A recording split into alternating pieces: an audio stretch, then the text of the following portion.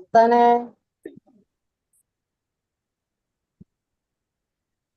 എന്റെ ഒരു ഷോൾ ആ കസേരയിൽ അവിടെ എങ്ങനെ ഉണ്ടാവുള്ളൂ. ഷോള് അതൊരു വശം ഒന്ന് നനച്ച് പിഴിഞ്ഞ് തന്നേപ്പോ.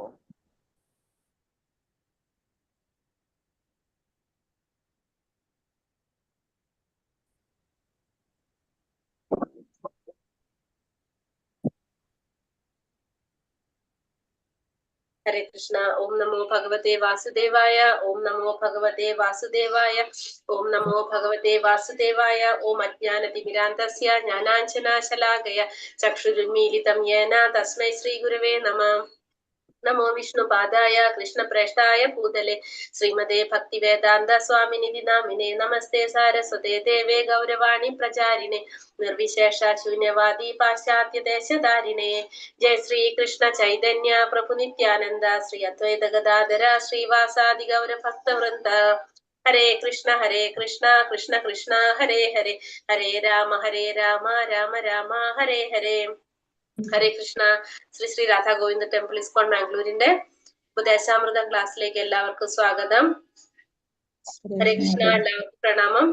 നമ്മളിന്ന് 9ാമത്തെ. ഹരേ കൃഷ്ണ. നമുക്ക് നേരെ ഉപദേശത്തിലേക്ക് പോകുന്നു. ഹരേ കൃഷ്ണ. അല്ലെങ്കിൽ നമ്മളെ സമയം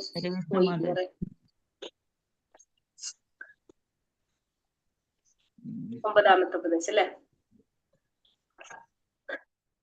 ഹരേ കൃഷ്ണ. അപ്പൊ 9ാമത്തെ ഉപദേശം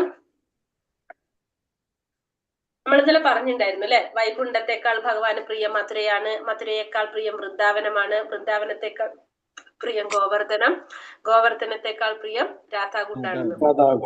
അതാണ് ശ്ലോകം 9 പറയുന്നത്. വൈകുണ്ഠാജനിതോ വരാമധുപുരി തത്രാപി രസോത്സവാത് വൃന്ദാരണ്യമുദാരപാണിരമണാത് തത്രാപി ഗോവർദ്ധന രാധാകുണ്ഡമിഹാപി ഗോകുലാപതേ പ്രേമാമൃതാപ്ലാവനാത് കുര്യാദസ്യ വിരാജതോ ഗിരിതടേ സേവാം വിവേകീനാകഃ. ചൊല്ലിക്കോളൂ.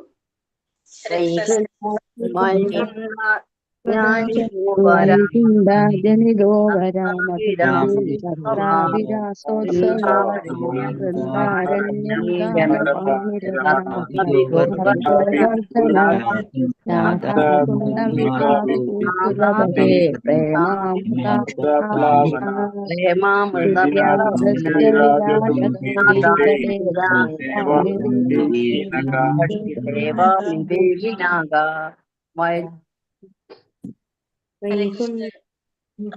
നമസ്തേ പ്രണാമം.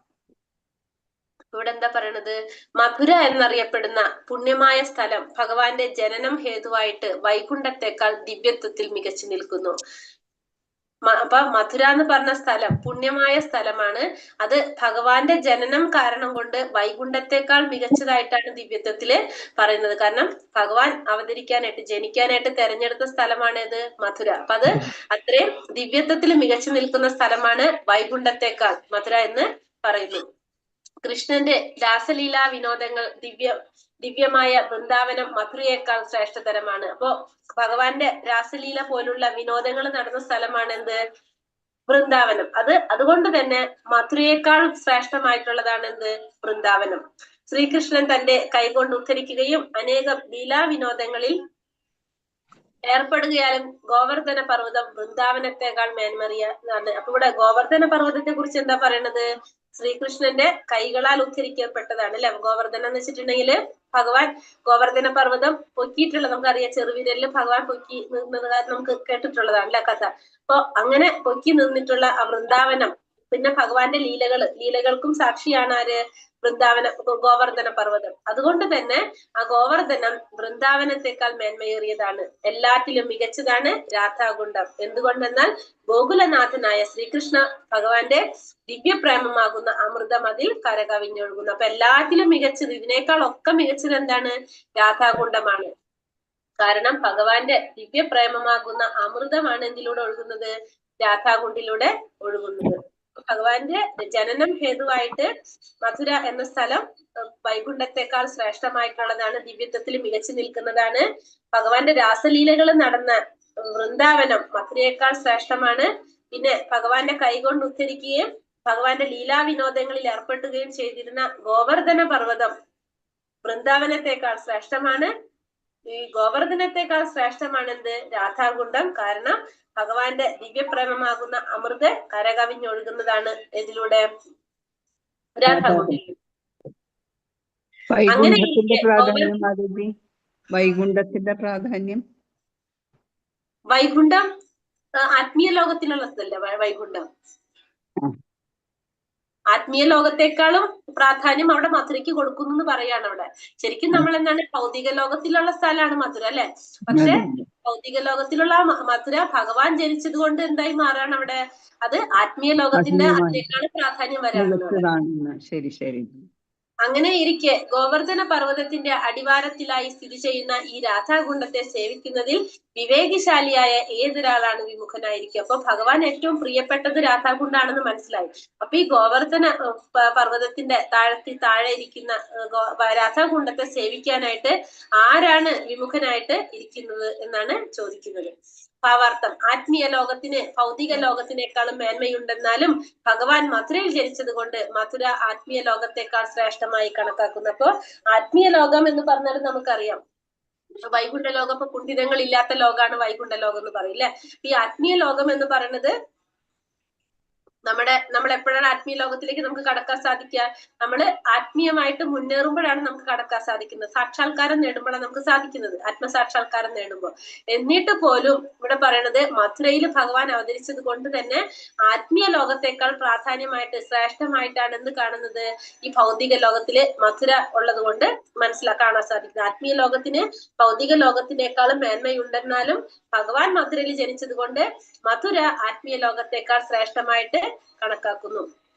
വൃന്ദാവനം ഭഗവാന്റെ ലീലാവിനോദങ്ങൾക്ക് പ്രസിദ്ധമായതുകൊണ്ട് അത് മധുരയേക്കാൾ യോഗ്യതയുള്ള പ്രധാനപ്പെട്ടതാണ് എന്ത്? വൃന്ദാവനം എന്ന് പറയാം. ഇത് വൃന്ദാവനത്തിലെ പ്രേമന്ദിറാണിത്, അമ്പലം. വൃന്ദാവനത്തെക്കാൾ മികച്ചതാണ് ഗോവർദ്ധനം. കാരണം ഇന്ദ്രന്റെ കഠിന വർഷപാതങ്ങളിൽ നിന്ന് ഗോകുല നിവാസികളെയും സുഹൃത്തുക്കളായ ഗോപികന്മാരെയും രക്ഷിക്കുന്നതിനായി കൃഷ്ണൻ പർവ്വതത്തെ ഒരു കുട പോലെ ഉപയോഗിച്ചു. അപ്പൊ വൃന്ദാവനത്തെക്കാളും മികച്ചതാണ് എന്ത്? ഗോവർദ്ധനം. കാരണം ഇന്ദ്രന്റെ കഠിന വർഷതാപങ്ങളിൽ നിന്ന് ഗോകുല നിവാസികളെയൊക്കെ രക്ഷിക്കാൻ വേണ്ടിയിട്ട് ഭഗവാൻ എന്ത് ചെയ്തു?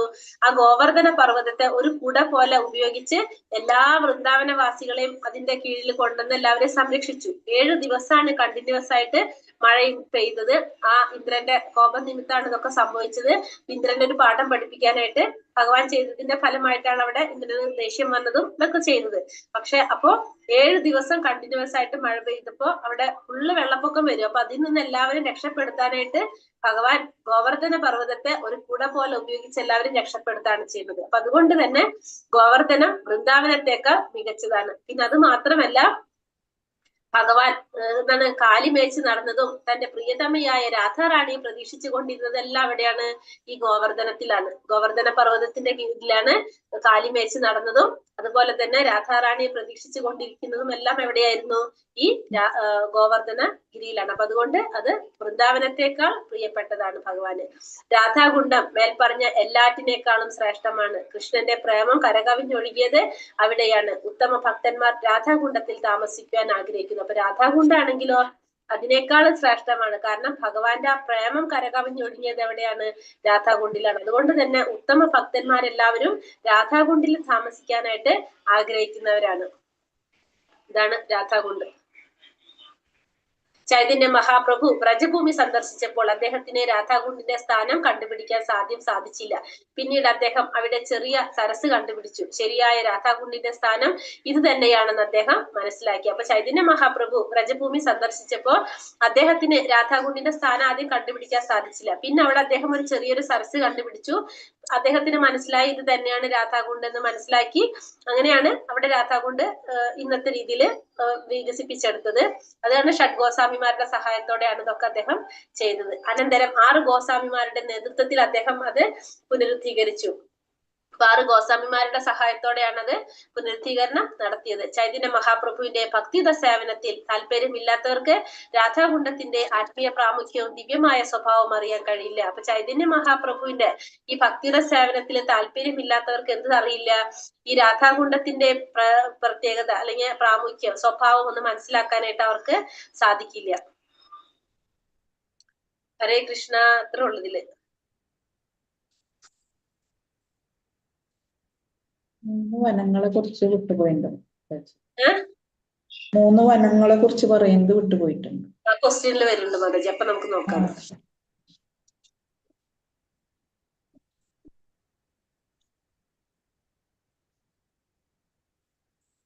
ഹരേ കൃഷ്ണ. ക്വസ്റ്റ്യൻസ് നോക്കാം. മാതാജി,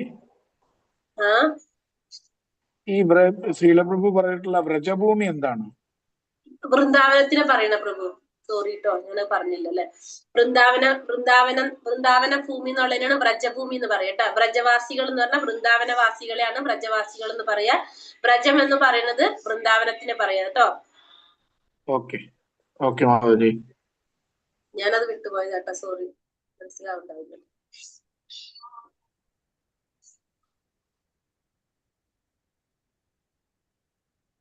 ക്വസ്റ്റ്യൻസ് ഉണ്ടല്ലോ മാതാജി?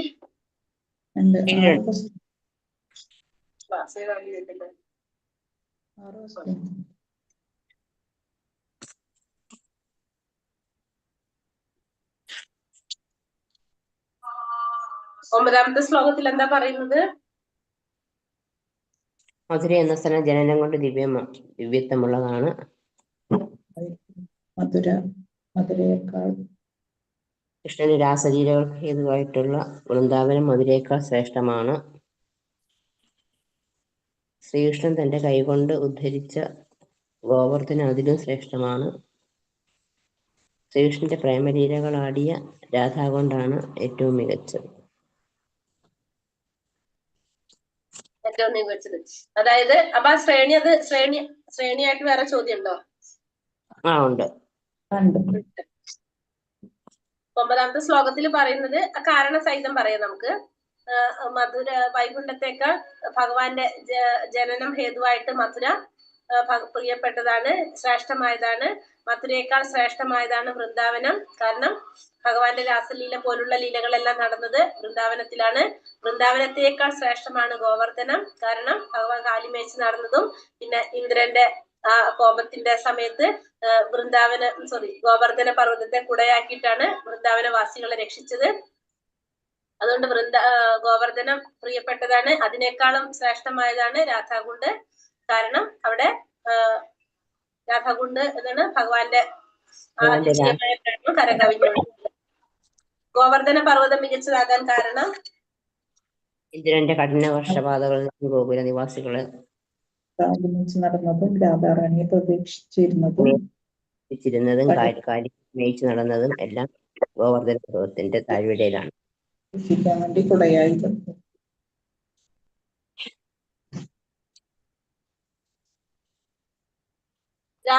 അതായത് ഗോവർദ്ധന പർവ്വതം മികച്ചതാകാൻ കാരണം നമ്മളെ ഭഗവാന്റെ ലീലകൾ നടന്നതുകൊണ്ട് അല്ലെ. ഗോവർദ്ധനം ഉയർത്തിയ ലീലൊക്കെ കാരണം കൊണ്ട് ഗോവർദ്ധനം മികച്ചതാണ്. പിന്നെ രാധാറാണിയെ പ്രതീക്ഷിച്ചുകൊണ്ടിരുന്നതൊക്കെ അവിടെയായിരുന്നു. രാധാകുണ്ഡം എല്ലാറ്റിനേക്കാളും ശ്രേഷ്ഠമാണെന്ന് പറയാൻ കാരണം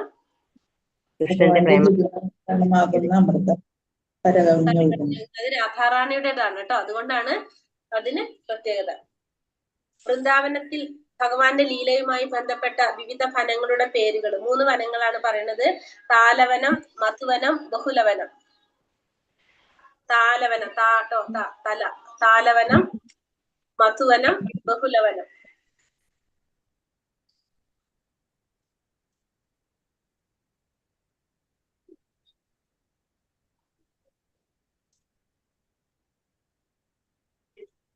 ഇനി ആത്മീയ സ്ഥലങ്ങളുടെ ശ്രേണി പട്ടികപ്പെടുത്തുക.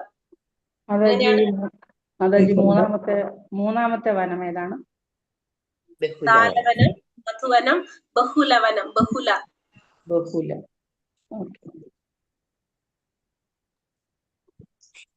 ആത്മീയ സ്ഥലങ്ങളുടെ ശ്രേണി പട്ടികപ്പെടുത്താന്ന് പറഞ്ഞാല് മധുര, വൃന്ദാവൻ, ഗോവർദ്ധനം, രാധാകുണ്ഡം. ഫസ്റ്റ് മധുരയ്ക്ക് മുന്നേ വൈകുണ്ഠം പറയണം കേട്ടോ.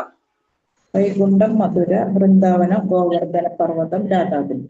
രാധാകുണ്ട്. ഇതില് അങ്ങനെ എഴുതിയാലും മതി കേട്ടോ. നിങ്ങള് ഡീറ്റെയിൽ ആയിട്ട് എഴുതണമെന്നില്ല, ഈ ഒരു ശ്രേണി കിട്ടിയാലും മതി നമുക്ക്.